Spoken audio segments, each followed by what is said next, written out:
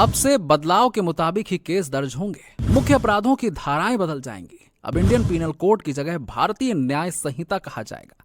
Criminal procedure code यानी कि CrPC की जगह भारतीय नागरिक सुरक्षा संहिता यानी बीएनएसएस और एविडेंस एक्ट की जगह भारतीय साक्ष्य अधिनियम लागू हो जाएगा।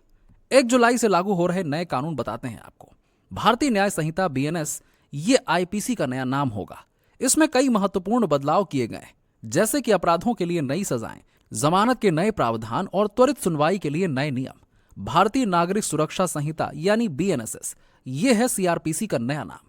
इसमें पुलिस जांच, अभियोजन पक्ष और बचाव पक्ष के अधिकारों और सबूतों के संग्रह से संबंधित प्रावधानों में बदलाव किए गए। भारतीय साक्ष्य अधिनियम ये ईवीए का नया नाम होगा। इसमें साक्ष्यों के प्रकार, उनकी स्वीकार्यता और मूल्यांकन से संबंधित प्रावधानों में बदलाव किए गए। सड़क दुर्घटना करने वाला ड्राइवर अगर पीड़ित को अस्पताल या पुलिस स्टेशन ले जाता है तो उसकी सजा कम करने का प्रावधान भी है। सिर पर लाठी मारने वाले पर अभी सामान्य झगड़े की धारा लगती है। अब विक्टिम के ब्रेन डेड पर दोषी को 10 साल की सजा मिलेगी। किसी व्यक्ति को गिरफ्तार करने पर पुलिस को उसके परिवार को जानकारी देनी होगी। केस में 90 दिन में क्या किया, इसकी जानकारी पीड़ित को देनी होगी। अगर आरोपी 90 दिन में कोर्ट में पेश नहीं होगा तो अब उसकी गैर मौजूदगी में ट्रायल चलेगा। अब ट्रायल कोर्ट को 3 साल में फैसला देना ही होगा। फैसले में 7 दिन में सजा सुनानी होगी। बूंदी के जिला पुलिस अधीक्षक हनुमान प्रसाद मीणा ने बताया कि नए कानून का बड़ा फायदा यह है कि इसकी टाइमलाइन तय है। पुलिस की जांच और ट्रायल कोर्ट के फैसले का समय तय है, जिसमें आम जन को जल्द से जल्द न्याय मिलेगा। जय हिंद मित्रों, ये अत्यंत हर्ष और संतोष का विषय है कि कल दिनांक 1 जुलाई 2024 को इतिहास रचा जाएगा जब हमारे 3 पुराने कानून जो कि सामंती थे, अंग्रेजों के जमाने के थे, इंडियन पीनल कोड जो कि 1860 में लागू हुआ था, क्रिमिनल प्रोसीजर कोड 1973 में और इंडियन एविडेंस एक्ट 1872 में, उनके स्थान पे भारतीय नागरिक सुरक्षा अधिनियम यानी क्रिमिनल प्रोसीजर कोड, भारतीय न्याय संहिता जो इंडियन पीनल कोड को रिप्लेस करेगी और इंडियन एविडेंस एक्ट को रिप्लेस करेगी भारतीय साक्ष्य अधिनियम। ये एक बहुत सुविचारित कदम है और इसके बारे में हर्ष और संतोष हमारे यशस्वी माननीय मुख्य न्यायाधीश जस्टिस चंद्रचूड़ द्वारा भी विभिन्न अवसरों पर इसकी प्रशंसा की है। सर्वत्र इसकी प्रशंसा हो रही है। यदा कदा 1-2 लोग, जिसमें श्री कॉलिन गोंसाल्विस, सुश्री इंदिरा जयसिंह जी, अधिवक्तागण, इन्होंने आलोचना भी की है। ये भी आलोचना की है कि इनके नाम हिंदी में क्यों है। ये भी आलोचना हुई है कि इनको बहुत जल्दबाजी में किया गया है। लेकिन कभी न कभी कालांतर में जो वर्तमान समस्याएं हैं उनको दृष्टिगत रखते हुए नए प्रकार के अपराधों का समावेश करके एक कार्रवाई होनी चाहिए थी। और मुझे भी ये अवसर मिला कि मैं अपने विचार माननीय संसदीय समिति जो श्री ब्रिजलाल सांसद महोदय की अध्यक्षता में बनी थी उसके समक्ष एक प्रस्तुतिकरण का अवसर मुझे भी मिला था।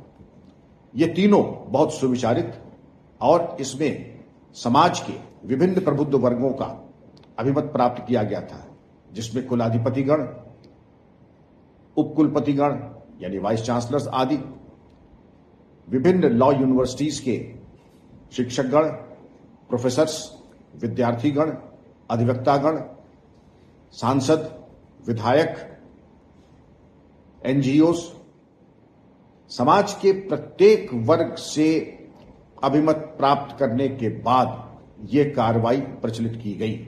और सभी कुछ नहीं, लेकिन जो महत्वपूर्ण जो इसमें समावेश किए गए हैं वो इस प्रकार हैं कि इसमें सुप्रीम कोर्ट और लॉ कमीशन की विभिन्न संस्थियों का समावेश भली भांति सुनिश्चित किया गया है। संगठित अपराध और उग्रवादी गतिविधियां यानी टेररिज्म, इसको परिभाषित किया गया है और दंड प्रस्तावित किया गया है। धारा 150 भारतीय न्याय संहिता में राजद्रोह और देशद्रोह इसकी भिन्नता को और इसके अंतर को स्पष्ट किया गया है। देशद्रोह के विरुद्ध न केवल दंडात्मक कार्रवाई प्रचलित की गई है और इसके बारे में जो आलोचना थी उसको एक बार में उसको समाप्त कर दिया गया है कि राजद्रोह दंडात्मक क्यों है, जिसको सेडिशन भी कहा जाता है। जेंडर न्यूट्रलिटी यानी जैसे कई अपराध होते हैं कालांतर में उसमें केवल महिलाओं के संबंध में कार्रवाई की जाती थी, अब महिला पुरुष दोनों के संबंध में यह प्राविधान किए गए हैं कि वो दंडात्मक कार्रवाई होगी। हर्ष का विषय है कि जेल में बढ़ती हुई कैदियों की संख्या के मद्देनजर जेल की व्यवस्था चरमरा रही है, तो छोटे मोटे अपराधों में सामुदायिक सेवा का प्राविधान किया गया है, जिससे कि छोटे मोटे अपराध के जो आरोपी और दंडित व्यक्ति हैं उनको जेल न भेजकर सामुदायिक सेवा के माध्यम से उनके संबंध में कार्रवाई हो जाए। एक बहुत जघन्य अपराध है मॉब लिंचिंग, यानी समूह के द्वारा आक्रामक होकर के एक व्यक्ति की सामूहिक हत्याकांड करना, यह परिभाषित की गई है और इसके ऊपर मृत्युदंड तक प्रस्तावित है। एक अन्य नया अपराध आया है कि झूठ बोल करके या एन केन प्रकार भ्रम की स्थिति उत्पन्न करके विवाह करना और संभोग करना, इसको भी दंडात्मक अपराध बनाया गया है और 10 वर्ष की सजा प्रस्तावित है।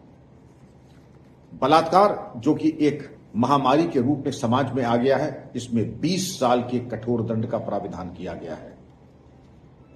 अडल्ट्री जिसके बारे में सुप्रीम कोर्ट ने पहले ही कहा था कि इसके बारे में कार्रवाई होनी चाहिए, तो यह संतोष का विषय है कि सुप्रीम कोर्ट के आदेश के अनुरूप जो पुरानी धारा आईपीसी की 497 थी वो समाप्त कर दी गई है।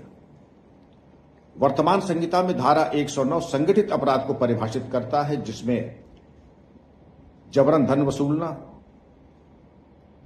फिरौती के लिए अपहरण करना, जबरन प्लॉट कब्जा करना और ठेके पर हत्या करना आदि ये परिभाषित करने के उपरांत इस पे कार्रवाई का भी प्राविधान है। यही नहीं, जो विभिन्न हमारे बहुत अच्छे अधिनियम हैं, जैसे Maharashtra organised crime control act, Gujarat organised crime control act यानी मकोका और गुजकोका, इसका भी समावेश किया जा चुका है। और जो पलायित अपराधी हैं, भगोड़े हैं, एब्सकॉन्डर्स हैं, उनके भी ट्रायल का प्राविधान अब किया गया है। इसलिए वर्तमान में कोई भी भगोड़ा अपने को पूरी तरीके से सुरक्षित न समझे, क्योंकि उसके ऊपर कार्रवाई और ट्रायल हो जाएगा, चाहे वो भगोड़ा विश्व में कहीं भी छुपा क्यों न हो, भूमिगत क्यों न हो। एक समयबद्ध तरीके से विवेचना, न्यायिक प्रक्रिया और आरोप पत्र के बारे में समय सीमा निर्धारित की गई है। 90 दिन में आरोप पत्र यानी चार्जशीट, 60 दिन में फ्रेमिंग ऑफ चार्जेस और 30 दिन में निर्णय न्यायालय को देना होगा। इससे समयबद्ध तरीके से और न्यायालय में जो तारीख पे तारीख का सिलसिला चलता है वो प्रक्रिया समाप्त हो जाएगी और त्वरित न्याय की अपेक्षा सब लोग कर